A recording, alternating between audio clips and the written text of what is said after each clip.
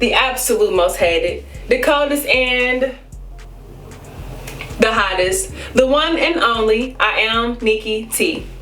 Welcome back to my channel and thanks for tuning into the Neek Critique. Okay, this week's album is from one of my favorite artists of all time, Future Hendrix. This album is called High Off Life. Let's get into it.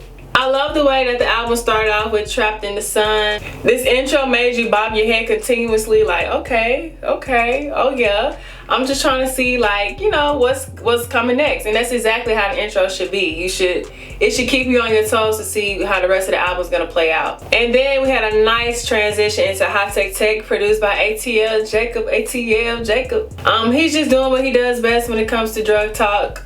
Nothing too spectacular, but I don't think y'all heard him when he said I started to pour but not no more. So y'all have to take heed, okay, because drugs are not good. Okay, then we have Touch the Sky, produced by Southside. It was very unmemorable. I don't really remember anything about it, therefore I didn't really like it. When it came to this project, it's like I heard Trapped in the Sun, then Hot Tech Tech, and then I just automatically skipped to track 6 because the rest of them was just like I just didn't care for them. After this song we have Solitaires featuring Travis Scott.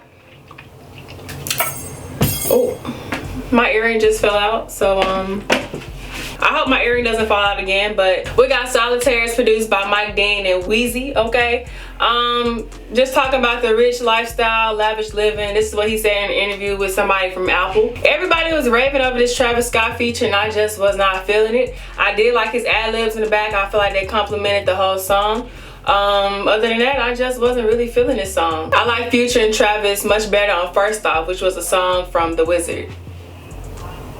It just baffles me how men just take cover when it comes to Future and they take heed to everything that he's saying, except for I just want to take care of you and your friends. Like, how come y'all be deaf when it comes to stuff like that? When he talk about, yeah, I ride for I lie to my, y'all be like, oh yeah, just thinking he just the king of everything. Then when he talk about, you know, buying Givenchy and Gucci and Prada for these women and treating them nicely, putting $200,000 in their purses, y'all just, you know, deaf.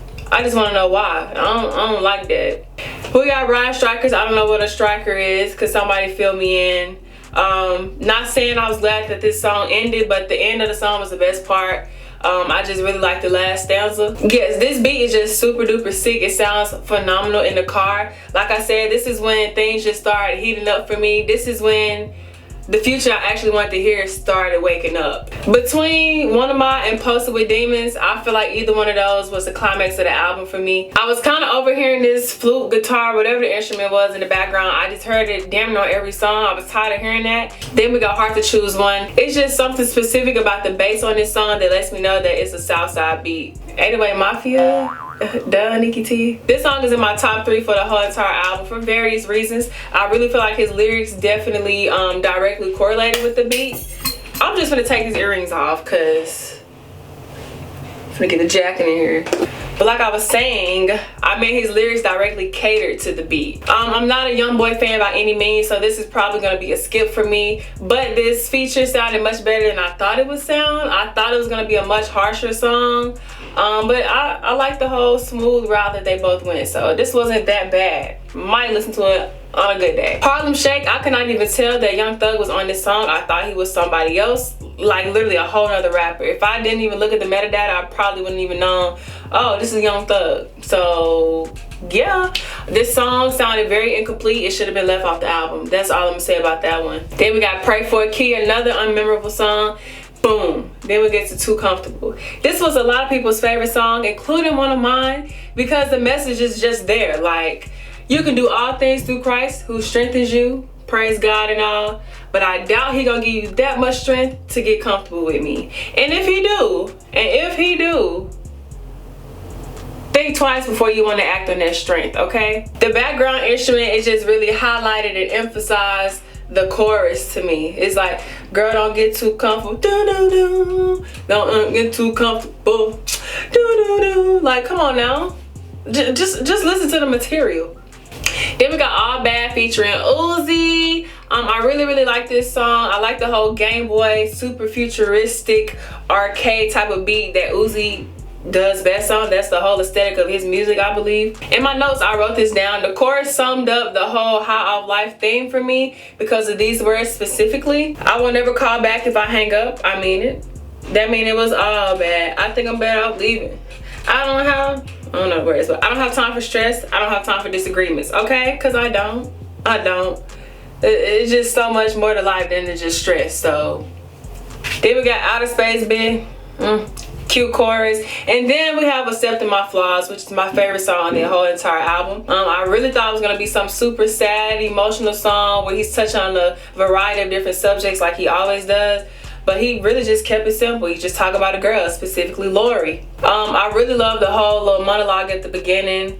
That's literally my life. That's how I be thinking, but I just go ghost instead because I can't get these folks no reaction out of Nikki T. I'm not sure if this is where the album intentionally ended, but for me, I hung it up right here because I heard the rest of the songs way too many times. I didn't even want to think about it being on the album. I thought he was gonna at least just include Life Is Good, the remix on here, like as a bonus. I didn't know he was gonna put all 5 or 6 of these other songs that he's done and put out previously. I didn't like the project at all. My first listen, I was just super duper excited about it, and I thought my bad luck had just come to hound me once again, because the releases that I was excited for at the beginning of the year, they all turned out to be some mid, and that's exactly what this was initially. I was scared to even give it another listen, afraid that it would my sentiments wouldn't change, and they really didn't.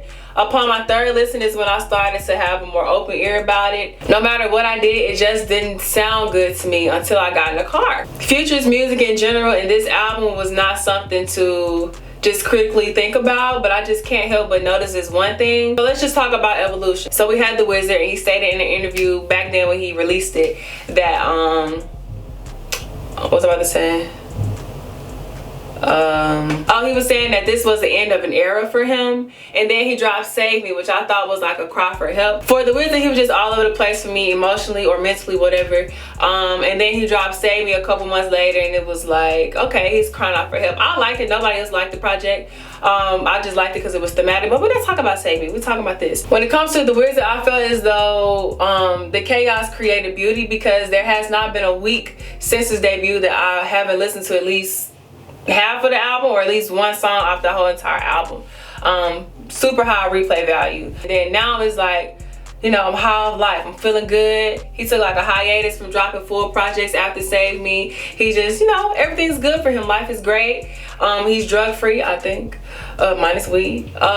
He's in love with Lori, and he's just living carefree. So we love to see it. And that message overall is really, really beautiful. But let's get back to the project. As a whole, it wasn't. The album was just everywhere to me. The sequence was very poor. When it comes to Trapped in the Sun and Accepting My Flaws, those are probably the only 2 good placements to me. And the climax, like I stated earlier, between track 7 and 8. I was pretty unenthused by the production, excluding a few songs like Hot Tech Tech, One of My Hard to Choose One, Too Comfortable, and All Bad. But shout out to ATL Jacob, because he and Southside, they really make great music with Future. He kept features to a minimum if we're not counting the songs after Life Is Good. I don't know why, but I was expecting a Gunna feature, and I'm pretty glad that I didn't get one. When it comes to that Young Thug feature, I had no idea who that man was rapping, okay? Sorry to this man, but it did not sound like Young Thugger, okay?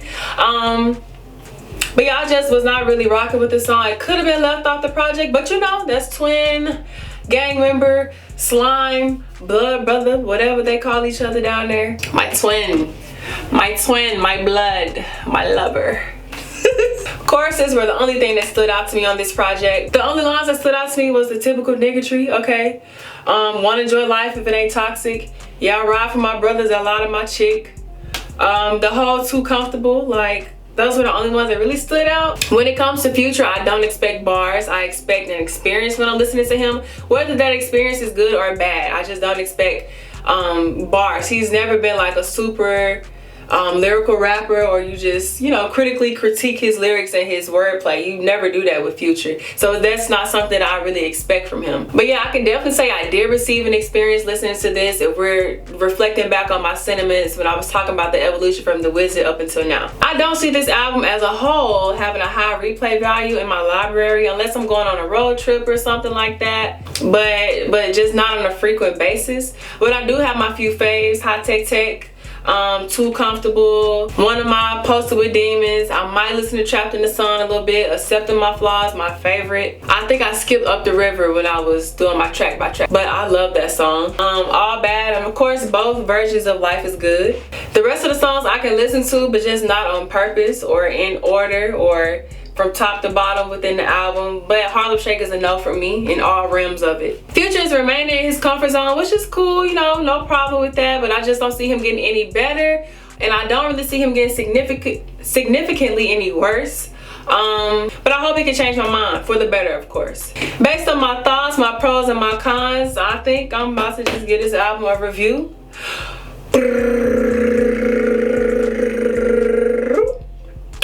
I'm gonna give this album a 1, 2, 3, 4, 5, 6 out of 10. Thank you all for tuning into this video. Let me know down below in the comments what you thought about High Off Life. Did you like the album? Did you not like the album? What were your favorites? What were your least favorites? How do you see Future in the future? Be sure to follow me on my Instagram at Nikki T. I do Sample Sundays bi-weekly. I just did one this past Sunday, so go tune in. I will put that link down below. So yeah, comment down below your sentiments and your thoughts. Give this video a thumbs up. I would really appreciate it, and share this with a friend or two. Be sure to subscribe, and tell a friend to tell a friend to tell a friend about your girl Nikki T. Thank you all for watching. Ciao.